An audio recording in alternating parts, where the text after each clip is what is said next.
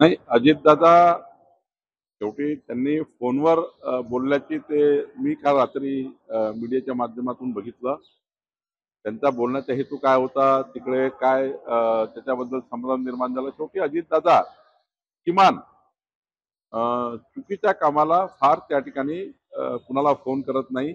अजित पवारजींची नेहमीच भूमिका ही नियमातल्या कामाची राहिलेली आहे.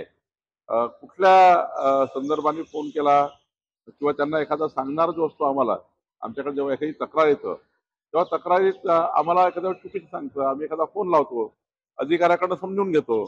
त्यावेळी मात्र काही गल्लत झाली असेल, तर मला वाटतं याच्यामध्ये अजितदादा जास्त सांगू शकतील.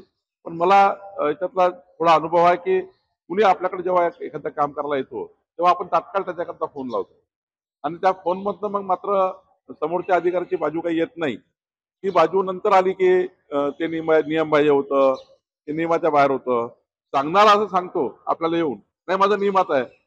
माझं नियमाप्रमाणे काम आहे. तुम्ही फोन लावा." तर साधारण मंत्री किंवा आम्ही निवडून आलेले लोक तात्काळ फोन लावतो. आणि त्यातनं मग एखादी गोष्ट त्या ठिकाणी वाढली, की मग ते त्या फोन करणाऱ्या व्यक्तीवर येतं. भावना काय असतं, की जो व्यक्ती आपल्याकडे येतो त्याचं काम झालं पाहिजे, या भावनेने फोन लावतो. पण जर तिकडली बाजू जर खरी असेल, तर त्या अधिकाऱ्याला वाटतं की मला धमकावलं. त्यामुळं असे त्या ठिकाणी अ, विषय अनेक वेळा होत असतात. मला वाटतं चुकीचं जर असेल, समजा अवैध उत्खनन असेल, अवैध उत्खननामध्ये रेती असेल किंवा मुरूम असेल, तो जर आमच्या अधिकाऱ्यांनी पकडला असेल, तर आमचे अधिकारी तोच स्टँड ठेवतील जो नियमाप्रमाणे आहे. आणि अजितदादांनाही त्या ठिकाणी ते अधिकारी समजून सांगतील.